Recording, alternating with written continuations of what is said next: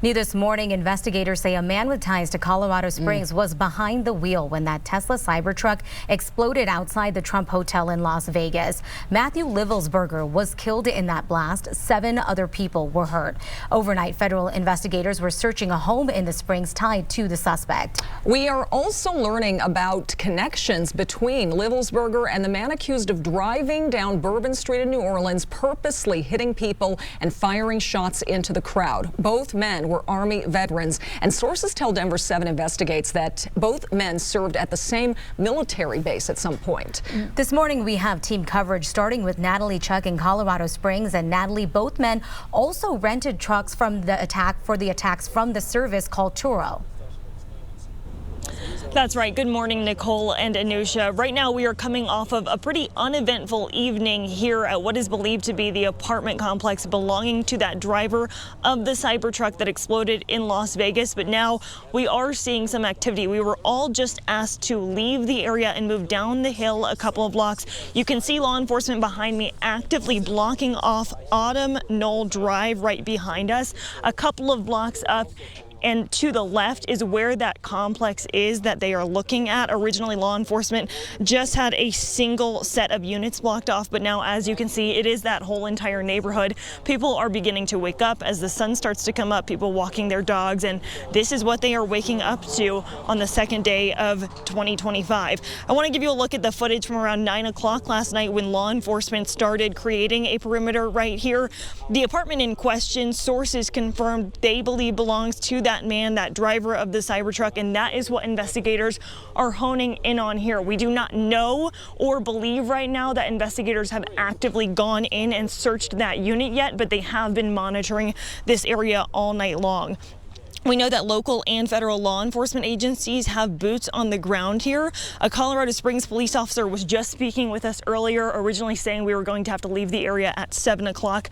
But as you can see, they had us do that a bit early. We also know that FBI and ATF agents were seen here last night, along with armored vehicles at the local police station that is just a few minutes away.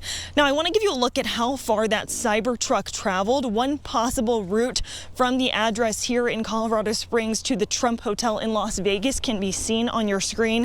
That's more than 800 miles. It's about a 12-hour drive. I did speak with a neighbor here who says she never noticed a Cybertruck in the area. She says it's something that typically would stick out. And again, like you mentioned earlier, those trucks, both this truck, this Cybertruck, and the truck involved in the New Orleans attack are believed to have been rented from an app called Turo that is used to rent out personal cars. Turo issuing a statement last night saying nothing was flagged on either of the suspects' accounts when they rented these cars that would cause them to question any sort of security threat. But of course, we are hoping to learn more about all of that today. We are expecting an update from law enforcement at some point today here in Colorado Springs. Yeah. But for now, live in Colorado Springs, I'm Natalie Chuck, Denver 7. All right, Natalie, thank you. Yeah, very interesting, the connections between them and whether that turns out to be a coincidence or something coordinated. We still have a lot of questions. We want to bring in Denver 7's Sam Pena now following the attack in New Orleans. And Sam, we're hearing from people with close ties to Colorado who were there when that attack happened. Yeah, that's right, Anusha, Nicole. For many folks, this was supposed to be a night of celebration, including for our former Denver resident, Franz Barraza, who also happened to be a photojournalist for our Denver7 Investigates team. Now, Barraza told us that he and his wife made a last-minute decision to go out for some New Year's festivities. They were heading home at around 3 in the morning when he says he noticed hundreds of police officers working to maintain control of what he later learned was a horrifying scene.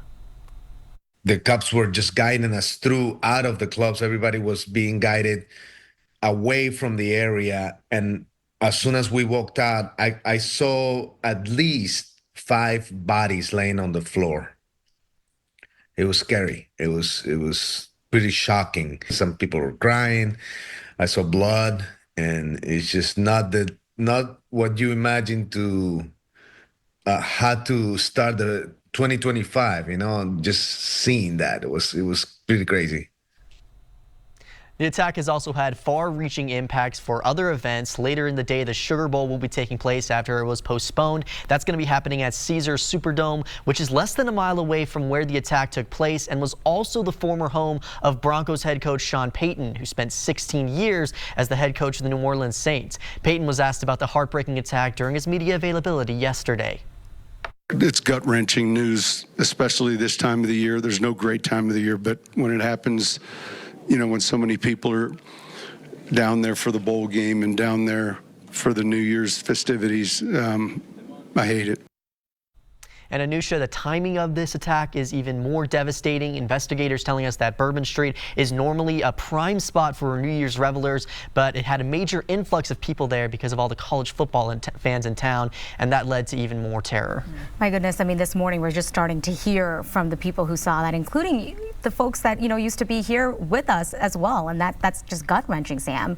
Yeah, absolutely. I think I mentioned earlier, Franz was the first person that I worked with. He ran my first live shots down here. So if there is one blessing to hear and all that, I was glad to be able to hear that he's safe. Yeah, thank you so much, Sam.